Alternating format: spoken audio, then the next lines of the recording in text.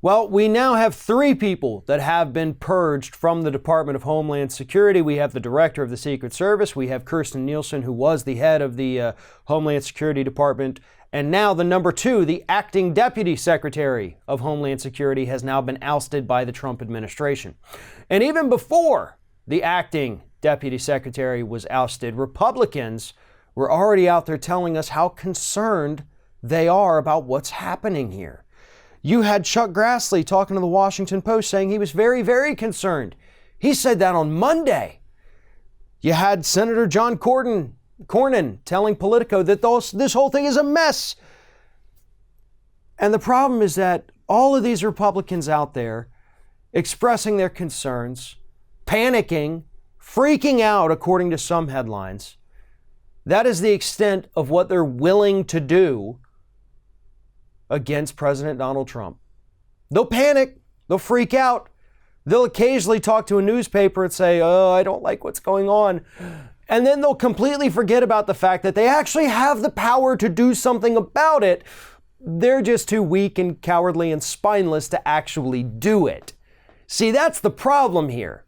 We have seen reports since the first month of the Trump administration coming into power of Republicans freaking out, Republicans panicking, Republicans biting their nails in closed-door meetings. They're so terrified of Trump. He's bad for fundraising. He's bad for policy. His approval ratings suck. Was he a traitor? Oh, we have intelligence officials. Should we do the 25th Amendment? We don't know. Paul Ryan, it just came out, said, "I'll never support him. Never. I always said that when I was Speaker of the House until I retired."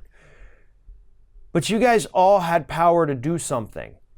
Some of you still have power to do something. So don't sit there and go, "Ho hum, this guy's crazy. I wish I could stop it." You absolutely can. You absolutely can. You just don't actually want to. And that's the thing that we have to start realizing as a public. The Republicans do have plenty of power. They could end Donald Trump's presidency today. They could end it today by invoking the 25th Amendment, because there's no way in hell that man would ever be able to prove he's mentally competent enough to retain his position, and he would be removed from office. But that has to be done, or one of the avenues where it could be done is in the Senate.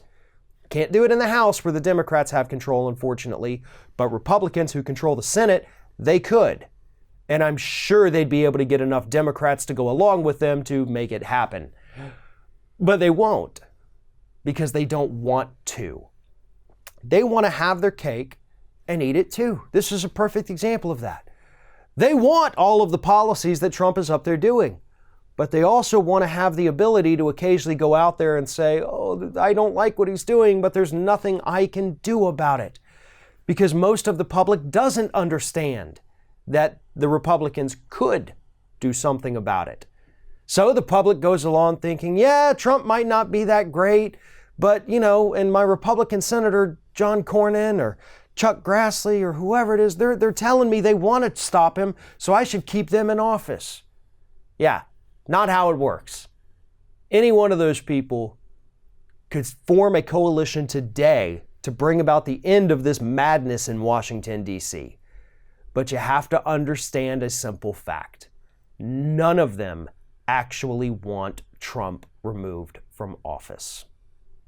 Thanks for watching, everybody. And don't forget, if you like what you see here, like, comment, share, and subscribe to our channel. And now you can also become a member of Ring of Fire and get exclusive early access to certain Ring of Fire videos all throughout the week. Just click on the little join button right below the video.